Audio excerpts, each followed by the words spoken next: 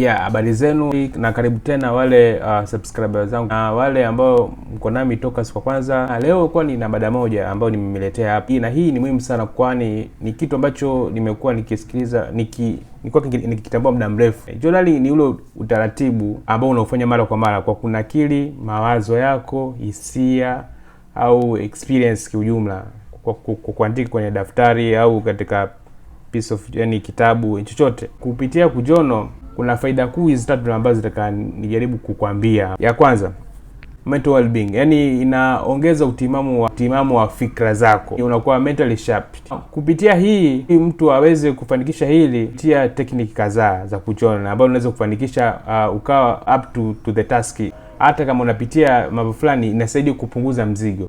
Hapa nielezee technique ambazo unaweza kuzitumia ili kufanikisha hiyo faida hii ya mawazo. Technique moja inaitwa expressive writing. Mtu unajiexpress unachojisikia. Utaratibu huu wa kuexpress unavyojisikia ni jambo zuri ambalo linaweza kupunguza mzigo katika kichwa chako, kwa sababu kama unavyojua sisi binadamu katika harakati zetu za maisha tunapitia mambo mengi.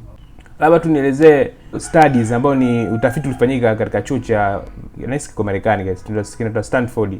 Mwaka 2021 aligundua kupitia expressive writing inaondoa asilimia kubwa, ni moja njia ya kuondoa stress na hali ya kichwa kuwa clouded, kukuwa na kama ukungu.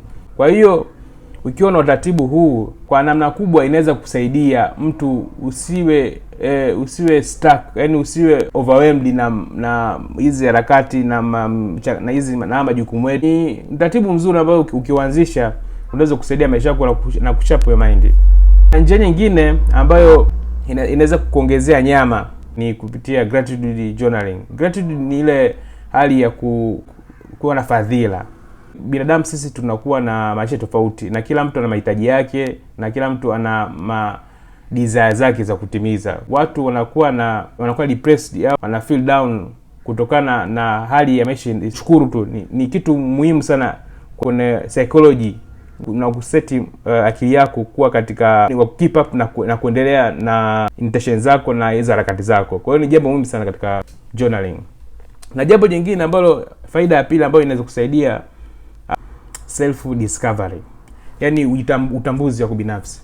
Kupitia utambuzi unakuwa mtu una akili kila experience na mawazo yako na emotion na hisia zako itakusaidia wewe kutambua na kutrack mood zako, vitu gani ambavyo vinakutrigger kujisikia hivi. Kwa hiyo kupitia hicho kitu kinaweza kusaidia pia wewe kujitambua vitu gani mimi naweza kuvikwepa.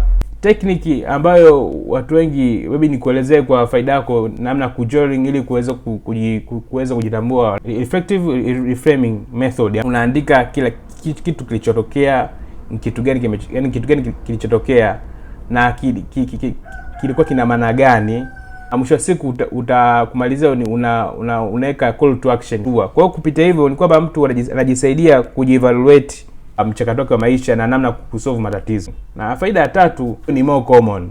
Hiyo kila mtu anajua wala so ambayo hii watu wengi by default mtu akisikia journaling anafikiri hicho kitu kwa sababu it is most practical na imekaa ni self explanatory kama yenyewe ninavyosema kuhusu kupanga your goals na kuongeza productivity. Kama unavyojua mipango waga ili iweze kutoka katika step moja na kwenda step nyingine ya kuweza kukamilika lazima uwe mtu unapanga kwa kuandika resolutions, new year resolution. Sasa kila mtu ana utaratibu wa maisha. Kuna wengine atakaa mwisho wa mwaka na kupanga mwaka wake unaokuja mwaka mzima vitu gani ana plan kuachieve na namna gani ataachieve na vitu gani vya msingi vya kufanya improvement katika mwaka ule kuepo. Katika kupanga hizo goals kila mtu ana namna yake. Kupitia journaling itakupa urahisi wa kuweza kutrack vitu gani unafanya kwa wakati fulani na unaangalia speed yake namna ya kutekeleza. Katika video ya leo nilikuwa nimepanga kuelezea faida tatu ambazo najua kila mtu kupitia faida hizi atakuwa amejifunza kitu. So hiyo ndo mada yangu ya leo. Kama mtu umejifunza chochote unaweza kulike au una swali unaweza kucomment hapo chini na unaweza kushare watu wengi wajifunze mambo mazuri kama haya. Asante sana.